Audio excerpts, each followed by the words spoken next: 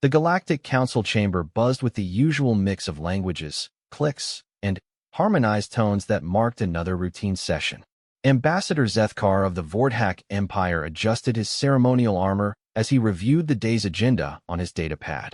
Trade disputes, territory negotiations, the standard bureaucratic dance that kept 1,000 worlds spinning in harmony. Then came Agenda Item 7. Application for Council membership, species designation. Human, planet of origin, Earth, Sol system. A ripple of what could only be described as amusement passed through the assembled delegates. Zethkar's mandibles clicked in barely contained laughter. Another primitive species thinking they belonged among the stars. The universe seemed full of them lately. Honored delegates, announced Council Speaker Yilmoth, her crystalline voice carrying across the vast chamber.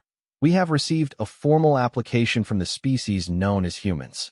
Their representative, Admiral Sarah Chun of the United Earth Defense Force, requests permission to address this assembly. The massive doors at the chamber's far end slid open with a soft hiss.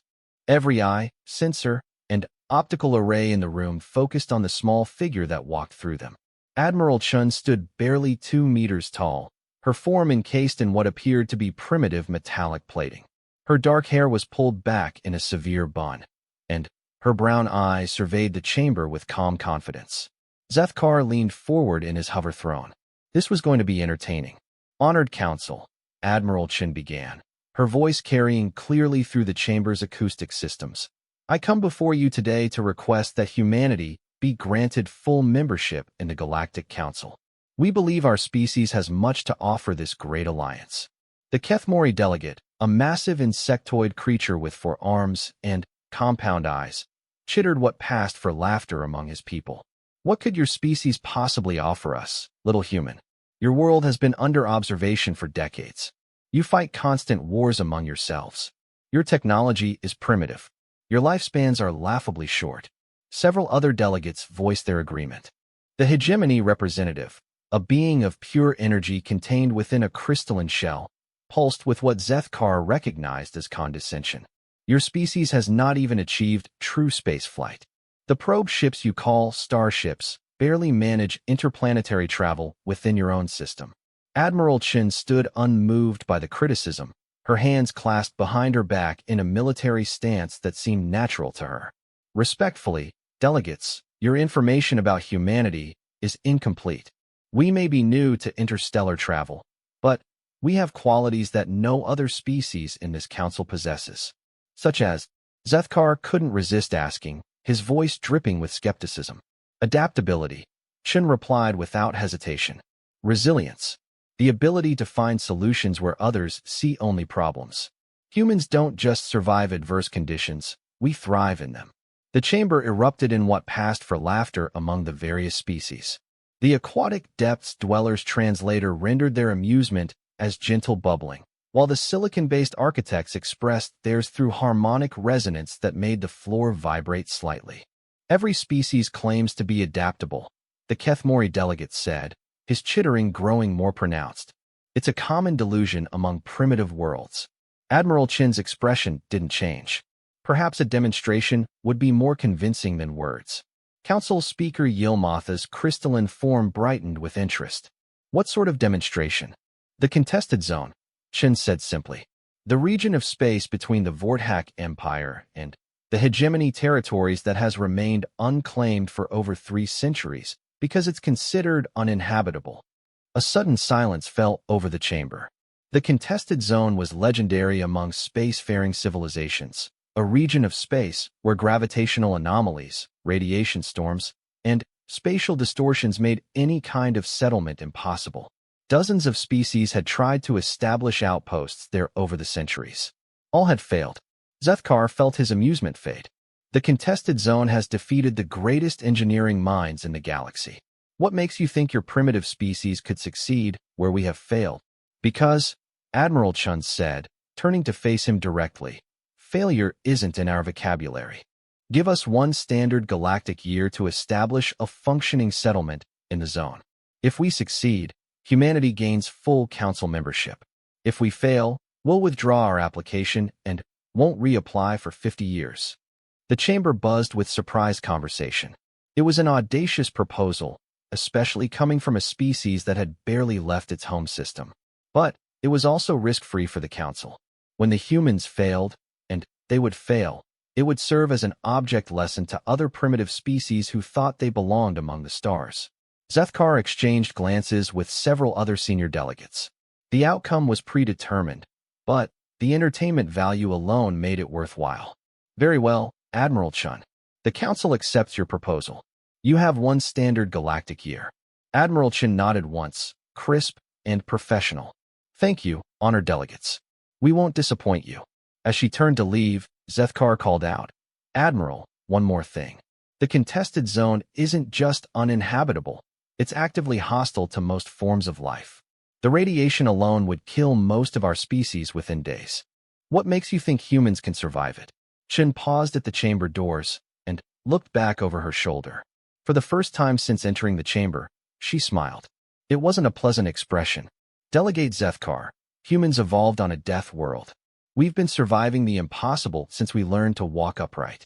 The doors closed behind her with finality, leaving the chamber in contemplative silence. 3 months later, deep in the heart of the contested zone, Commander Marcus Webb checked the radiation readings on his environmental suit for the 100th time that day. The numbers still made him shake his head in disbelief. Any other species would have been dead within hours of entering this region of space. The fact that humans were not only surviving but actively building in this Hell's Cape was a testament to both their biological resilience and their absolute refusal to accept defeat. Base camp to survey Team Alpha. Webb's comm crackled with static from the spatial distortions that plagued the region. Report status. Survey Alpha here, came the voice of Dr. Elena Vasquez, the mission's chief geologist. We found it, Marcus. Grid reference Tango 77 shows massive mineral deposits exactly where the long-range scan suggested. Iron, titanium, rare earth elements, enough to build a dozen space stations. Webb grinned inside his helmet. Any problems with the gravitational anomalies? Nothing we can't handle.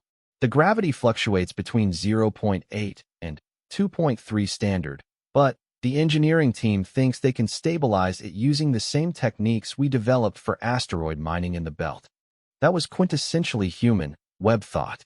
Find a region of space that had stumped advanced civilizations for centuries, and start discussing how to mine it for resources within weeks of arrival. Base camp to construction team Beta, Webb switch channels. How's the habitat coming along? Ahead of schedule, replied Chief Engineer Janet Rodriguez. The modular design is working perfectly. We've got the primary life support systems online, and the first residential pod will be ready for occupancy by next week. Webb pulled up the construction schematics on his heads-up display.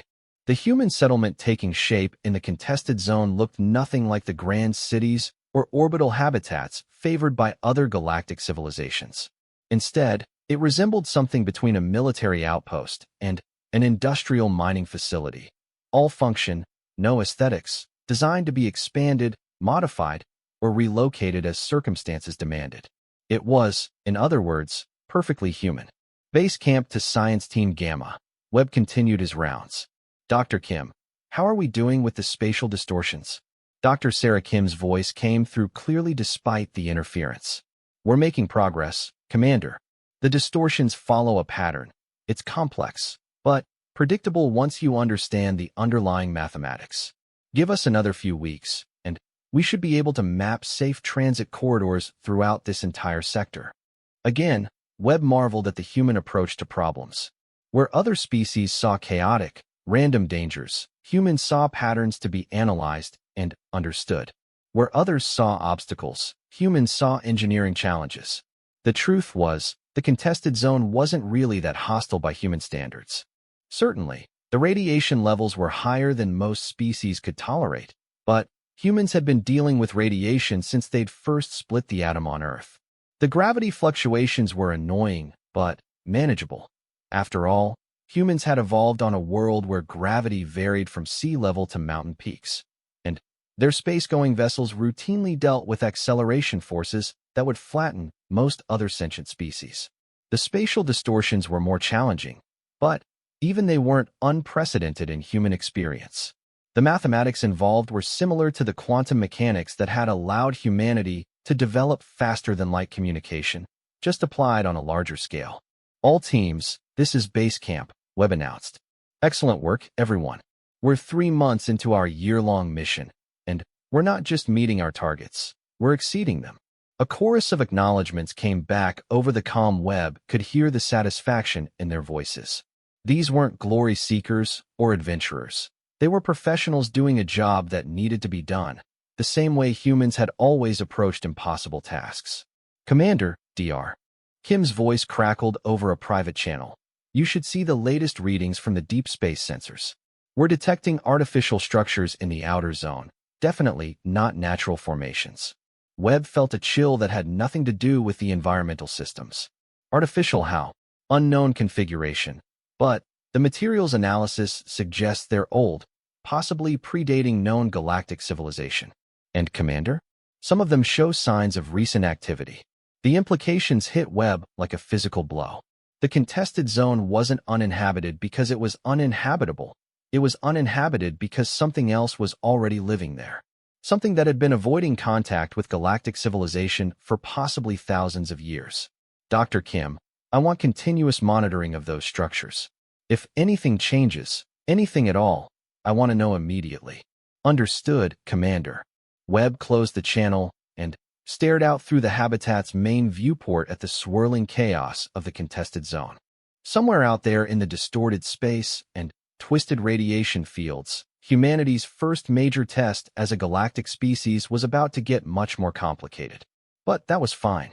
Humans had never backed down from a challenge, no matter how impossible it seemed. If there were ancient guardians protecting this region of space, then humanity would find a way to deal with them, through diplomacy if possible, through other means if necessary. After all, as Admiral Chun had told the Galactic Council, failure simply wasn't in the human vocabulary. Webb opened a general comm channel. All teams, this is Base Camp. We may have some unexpected neighbors in the zone. Stay alert, follow protocols. And remember, we're not just building a settlement here. We're proving that humanity belongs among the stars. In the depths of space, ancient sensors that had remained dormant for millennia began to stir. The newcomers had been observed, evaluated, and found interesting. For the first time in countless years, the watchers of the contested zone prepared to make contact with the outside universe. The real test of humanity was about to begin. Commander Marcus Webb was reviewing the morning reports when the proximity alarms started screaming throughout the base. Red lights bathed the command center as he rushed to the main sensor array, where Dr. Kim was frantically adjusting controls. Report, Webb commanded, his voice cutting through the alarm noise. Multiple contacts emerging from the spatial distortions, Dr. Kim said, her fingers dancing over the sensor controls. Large objects, definitely artificial. They're moving in formation toward our position. Webb studied the tactical display. 12 massive shapes were emerging from areas of space where sensors had shown nothing but empty void moments before. As the distortion fields around them cleared, the true scope of what humanity was facing became apparent. My God, whispered Engineer Rodriguez, who had arrived just moments behind Webb. Those things are huge. Each vessel was easily 3 times the size of humanity's largest battleships, constructed from materials that seemed to absorb and redirect sensor scans. Their design was unlike anything in the galactic databases. Organic curves blended seamlessly with geometric precision, creating ships that looked grown rather than built. Commander, Dr. Kim's voice was tight with tension. They're broadcasting on multiple frequencies. The universal translator is having trouble with the language, but it's definitely a communication attempt. Put it through the main speakers, Webb ordered. A voice filled the command center, deep, resonant, speaking in tones that seemed to come from everywhere at once. The universal translator struggled for a moment before finding its rhythm. Unknown species. You have entered the sanctuary without permission. You have built structures in sacred space. You will depart immediately or face judgment. Webb activated the communication array. This is Commander Marcus Webb of the United Earth Defense Force.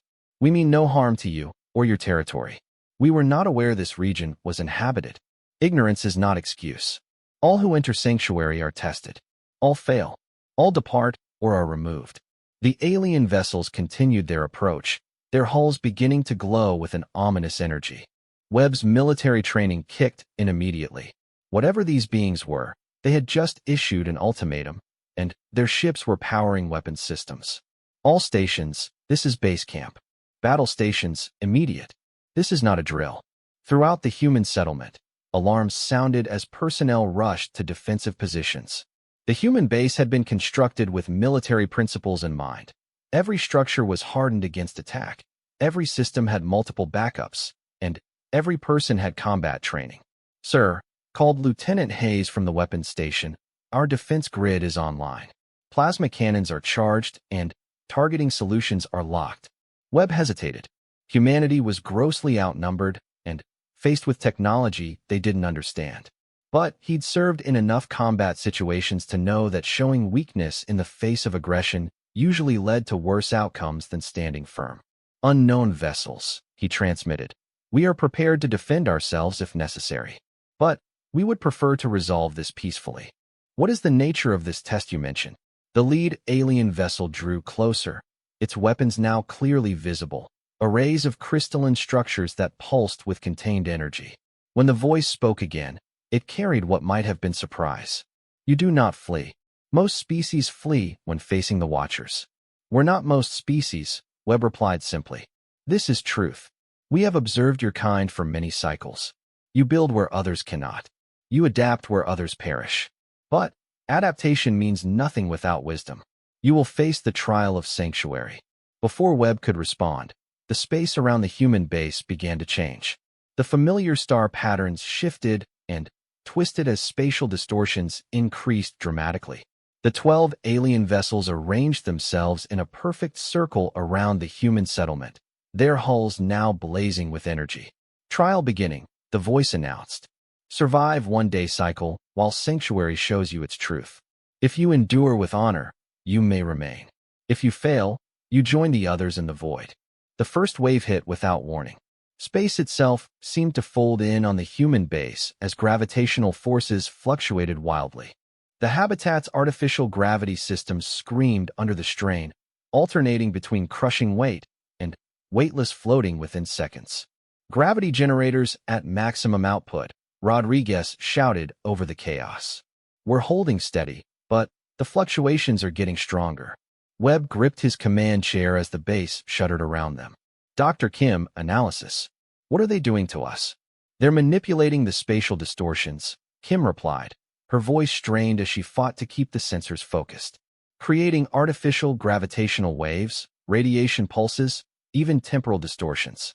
It's like they're throwing every natural hazard in the contested zone at us simultaneously." A new alarm sounded as the base's shields flared under assault from directed energy beams. The alien weapons weren't trying to destroy the human settlement outright. They were testing its limits, probing for weaknesses while subjecting it to increasingly severe conditions. "Shield generators holding at 70%, Lieutenant Hayes reported. "But if this keeps up, we'll lose them within 6 hours." That was when Webb realized what was happening. This wasn't just a test of human technology or military capability. It was a test of human character under pressure. The aliens wanted to see how humanity would respond when faced with impossible odds. "Open a channel to all personnel," Webb commanded. "All hands, this is Commander Webb. We're facing a trial by fire from beings who've been testing species for thousands of years. They want to see what humans are made of when everything goes wrong at once. Well, they're about to find out." Throughout the base, men and women went about their duties with calm professionalism even as space itself tried to tear their home apart. In engineering, Rodriguez's team worked to reinforce critical systems. In the medical bay, Dr. Martinez prepared for casualties. In the command center, Dr. Kim continued her analysis of the alien technology while Lieutenant Hayes managed their defensive systems. No one panicked. No one suggested surrender. When a gravitational surge overloaded the main power grid, backup systems came online within seconds. When radiation levels spiked beyond safe limits, personnel moved to shielded areas and continued their work remotely. When the aliens began generating temporal distortions that made normal communication impossible, the humans switched to hand signals and written notes. Commander, Dr. Kim called out during a brief lull in the attacks. I'm detecting something interesting. The alien vessels aren't just attacking us, they're protecting us too. Webb looked at the sensor display she indicated. Explain. The spatial distortions they're generating are in a specific pattern. They're creating a buffer zone around our base, filtering out the most dangerous natural hazards in the contested zone. It's like they're testing us under controlled conditions. Understanding dawned on Webb. They're not trying to destroy us. They're trying to see if we can adapt to living in the contested zone permanently. The realization changed everything. Instead of simply enduring the trial, Webb began to study it. Each new challenge the aliens presented taught humanity something about surviving in this hostile region of space. The gravitational fluctuations showed them how to stabilize their artificial gravity systems. The radiation bursts revealed weaknesses in their shielding that could be corrected. The temporal distortions demonstrated new principles of physics that human science hadn't yet discovered. All teams, Webb transmitted, new orders. Don't just survive this trial, learn from it. Analyze everything they're throwing at us. If we're going to live in the contested zone, we need to understand it completely. The human response shifted from pure defense to active learning. Dr. Kim began mapping the alien manipulation of spacetime. Rodriguez's engineering teams started adapting their systems to work with the distortions rather than against them. Even the military personnel began studying the alien weapons, looking for principles that could improve humanity's defensive capabilities. Hours passed. The alien trial continued with increasing intensity, but humanity's response only grew more refined. What had begun as a desperate struggle for survival became a masterclass in adaptation. The humans weren't just enduring impossible conditions, they were figuring out how to thrive in them. 12 hours remaining in the trial, Dr. Kim announced. But, Commander, I'm seeing something unexpected in the alien formations. Webb studied the tactical display. The 12 alien vessels had begun moving in new patterns, their formations becoming more complex. What are you thinking, Doctor? I think they're impressed. The energy signatures from their ships are changing, less aggressive, more curious. It's like they're studying us as intensely as we're studying them. As if to confirm her analysis, the alien voice returned to the communication system. But, this time, the tone was different, less commanding, more respectful. Unknown species identifies as human. Humans show adaptation beyond expectation. Humans learn from trial instead of merely enduring. This is unusual. Webb activated the communications array. We're a species that turns obstacles into opportunities. Your trial is teaching us things about the contested zone we never could have learned on our own. Humans seek knowledge in adversity. Humans find strength in challenge. This explains much about observations from your homeworld. The attacks began to lessen in intensity, though they didn't stop entirely. Webb realized the aliens were giving humanity a chance to demonstrate what they'd learned during the trial. Dr. Kim, can we use their distortion techniques to improve our own systems? Already working on it, Commander. If I can adapt their gravitational manipulation methods to our generators, we could not only survive in the contested zone, we could use its natural hazards as a power source. That was humanity in a nutshell, Webb thought. Give them an impossible problem, and they'd find a way to turn it into an advantage. Lieutenant Hayes, what's the status of our defensive systems? Actually improving, sir. I've been analyzing their weapon signatures and adapting our shields accordingly. I think I can improve our efficiency by at least 30%. Engineering teams report similar progress, Rodriguez added. We're not just surviving their test, we're using it to upgrade everything we've built. As the final hours of the trial approached, it became clear that humanity had done something unprecedented. They hadn't just endured the test of the contested zone. They had embraced it, learned from it, and emerged stronger. But the real surprise was yet to come. As the 24-hour mark approached, the alien vessels began to change position again. This time, they weren't preparing another attack. They were forming an honor guard. The transformation was stunning to witness. The 12 alien vessels that had spent an entire day testing humanity's limits now moved with ceremonial precision, their weapons powered down, and their hulls glowing with what could only be described as reverence. Commander Webb, the alien voice returned, but now it carried undertones that the universal translator rendered as respect and wonder. The trial of sanctuary is complete. In 10,000 cycles, no species has achieved what humans have accomplished. You do not merely survive adversity, you transform it into strength. Webb stood in the command center, surrounded by his exhausted but triumphant crew. Through the viewport, he could see the alien vessels maintaining their honor formation while his own people continued their work with quiet professionalism. Even after 24 hours of impossible challenges, no one had given up. No one had broken. "We appreciate the honor," Webb transmitted. "But we have to ask, what exactly did we accomplish here?" "You proved that humanity possesses the three virtues of the ancients," came the reply. "Adaptation without surrender, learning without fear, unity without weakness. We are the guardians of this sacred space, and we have waited long for a species worthy to share it." The lead Guardian vessel began broadcasting complex data streams directly to the human computers. Dr. Kim's eyes widened as she processed the incoming information. "Commander, this is incredible. They're sharing technological specifications, star charts, historical databases. It's like they're downloading their entire civilization's knowledge into our systems." Webb felt a chill of understanding. "How long have you been waiting, Guardian? Our creators, the ancients, departed this realm 50,000 of your years ago. They left us to guard their knowledge until a worthy successor emerged. Many species have been tested. All failed until today." The implications hit Webb like a thunderbolt. The contested zone hadn't been empty because it was uninhabitable. It had been preserved as a testing ground, waiting for a species that could prove itself worthy of inheriting ancient wisdom. "Guardian, are you saying that humanity has passed some kind of final test?" "Not final. First, if your species can establish permanent settlement in the sanctuary and demonstrate continued growth over time, the true knowledge will be shared. But first, your leaders must face the judgment of the Galactic Council." Webb's blood ran cold. In less than 9 months, Admiral Chun would have to return to the Council and prove that humanity had successfully colonized the contested zone.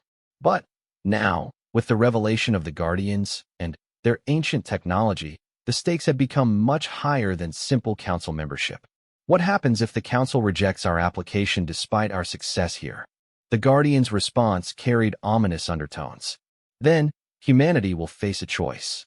Accept exile from galactic civilization, or stand against those who would deny you your rightful place among the stars." 6 months later, the Galactic Council chamber was packed beyond capacity. News of humanity's impossible success in the contested zone had spread throughout civilized space, drawing representatives from species that hadn't attended a council session in centuries. The chamber buzzed with nervous energy as delegates discussed the implications of humanity's achievement. Ambassador Zethkar of the Vordak Empire found himself in the unusual position of being genuinely concerned. The reports from the contested zone defied everything galactic civilization knew about that region of space. Not only had the humans established a thriving settlement there, but they had also apparently made contact with previously unknown aliens possessing technology that predated recorded history. "Honored delegates," Council Speaker Yilmoth announced, "Admiral Chun has returned to address this assembly regarding humanity's application for Council membership." The chamber doors opened, and Admiral Chun entered once again. But this time, she was not alone. Walking beside her was Commander Webb, along with Dr. Kim and Engineer Rodriguez. Behind them came a figure that made every delegate in the chamber fall silent. A guardian, its crystalline form shimmering with contained energy, standing nearly 3 meters tall. "Honored Council," Admiral Chun began, her voice carrying easily through the stunned silence. 9 months ago, humanity accepted the challenge of establishing a settlement in the contested zone. Today, I'm here to report that we have not only succeeded in that mission, but we have also made first contact with the Guardians, the ancient protectors of technologies that predate this council by 50,000 years. The chamber erupted in chaos. Delegates spoke, clicked, harmonized, and vibrated their shock and disbelief. The existence of the Guardians had been theoretical at best, relegated to archaeological speculation and ancient myths. Zethkar rose from his hover throne, his voice cutting through the noise.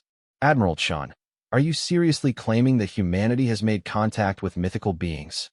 The Guardian stepped forward, and when it spoke, its voice resonated through the chamber with power that made the walls themselves vibrate. I am Keeper of the First Archive, Guardian of the Sanctuary. For 50,000 cycles, we have tested species seeking to claim the legacy of the ancients. All have failed, until humanity. The silence that followed was absolute. Every sensor, every recording device, every delegate in the chamber focused on the Guardian's words. The humans have demonstrated the three virtues our creators sought in their successors. They adapt without surrendering their nature. They learn without abandoning their principles. They stand united without sacrificing individuality. The sanctuary accepts them as inheritors of the ancient knowledge. Council Speaker Yilmatha's crystalline form flickered with uncertainty. Guardian, what does this mean for the Council's authority in this sector? The sanctuary has never been subject to Council authority. The Guardian replied simply. It exists beyond your jurisdiction, as do all who dwell within it. Humanity has earned the right to claim the sanctuary as their sovereign territory. The implications were staggering. If humanity controlled the contested zone and its ancient technologies, they would instantly become one of the most powerful species in the galaxy, despite being newcomers who had barely achieved interstellar travel. Zethkar felt his species' carefully maintained military superiority crumbling before his eyes. This is unacceptable. One primitive species cannot be granted such power simply because they survived in a dangerous region of space. Admiral Chin's expression hardened. Delegate Zethkar, are you suggesting that humanity should be denied the fruits of our achievement because you find the results inconvenient? I'm suggesting that the Council cannot allow unknown technologies to fall into the hands of an untested species, Zethkar shot back. Your kind has demonstrated nothing but warfare and aggression throughout your history. Commander Webb stepped forward, and, for the first time since entering the chamber, he spoke. Delegate, in the past 9 months, humanity has built a thriving settlement in conditions that would kill most of your species within hours. We've made peaceful contact with beings who had remained hidden for millennia. We've shared our knowledge freely with them and learned from their wisdom.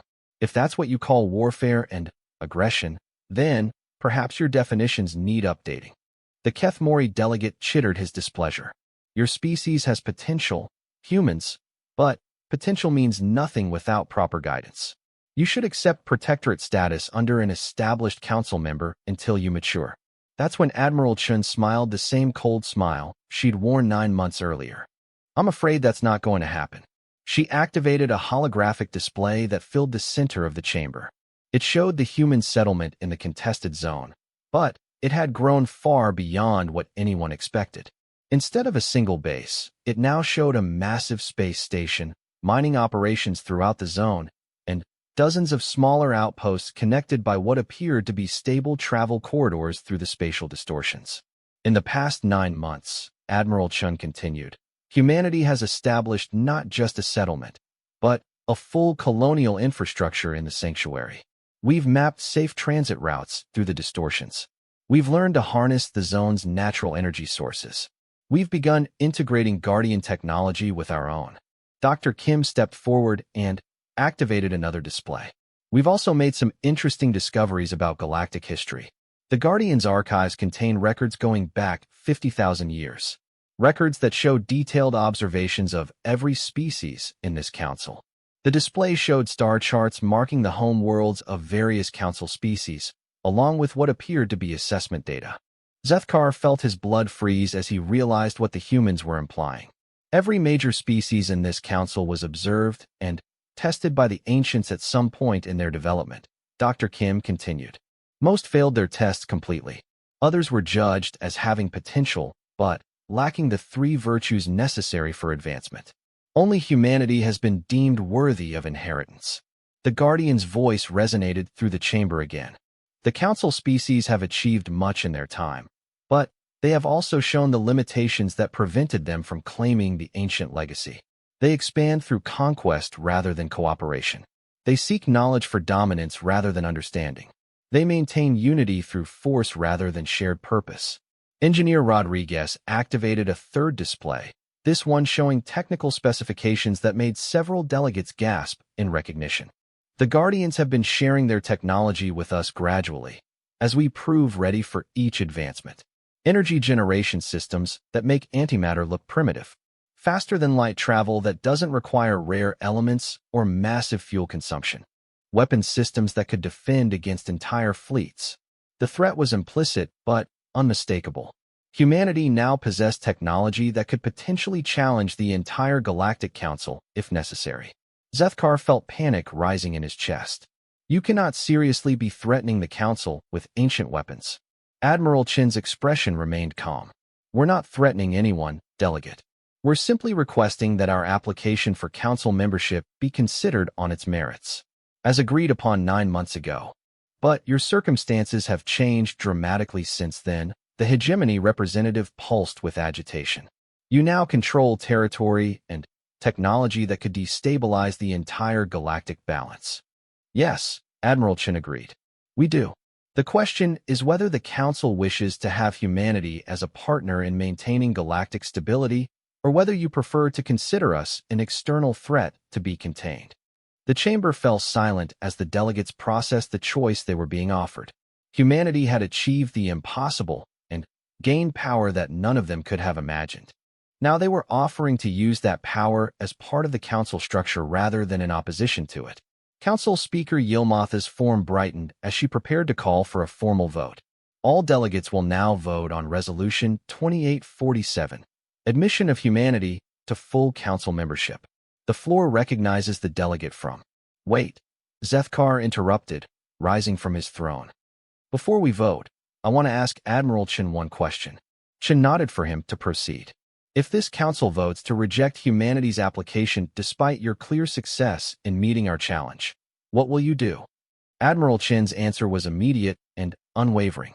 We'll accept the Council's decision gracefully, withdraw from Council space, and establish our own civilization in the sanctuary. The Guardians have already indicated they would support such a choice. The implication was clear. Humanity would leave the Council's sphere of influence entirely, taking their new technology and alien allies with them. In time, they might return as a rival power rather than a member state. But then, Admiral Chin continued. However, if the Council accepts our membership, we're prepared to share certain Guardian technologies with all member species. Technologies that could benefit everyone and strengthen the Council as a whole. The carrot and the stick presented with diplomatic precision. Join us and prosper, or face us as potential rivals. Zethkar looked around the chamber at his fellow delegates. The choice was clear, even if it wasn't easy. Humanity had proven they belonged among the stars. The only question now was whether they would stand with the Council or apart from it. I call for an immediate vote, Zethkar announced, his voice carrying clearly through the chamber. All in favor of admitting humanity to full Council membership. One by one, every delegate in the chamber raised their voting appendage, activated their approval signal, or voiced their consent. Even those who had been most opposed to humanity's application recognized the new reality. Council Speaker Yilmaz's form blazed with ceremonial light. By unanimous consent of the Galactic Council, humanity is hereby granted full membership with all rights and privileges thereof. Admiral Chun bowed formally to the assembly. Humanity is honored to join this great alliance. We look forward to contributing to the peace and prosperity of the galaxy. As the chamber erupted in the various forms of applause practiced by different species, Zethkar reflected on the remarkable transformation he'd witnessed. 9 months ago, he'd viewed humanity as primitive upstarts who needed to be taught their place in the universe. Now they were partners in the greatest alliance in galactic history, backed by technology and allies that predated civilization itself. The humans had been right about one thing. Failure really wasn't in their vocabulary. They took impossible challenges and turned them into unprecedented opportunities. The galaxy would never be the same. And, perhaps, Zethkar thought as he watched Admiral Chun accept congratulations from delegates who had dismissed her species just months earlier, that was exactly what the galaxy needed.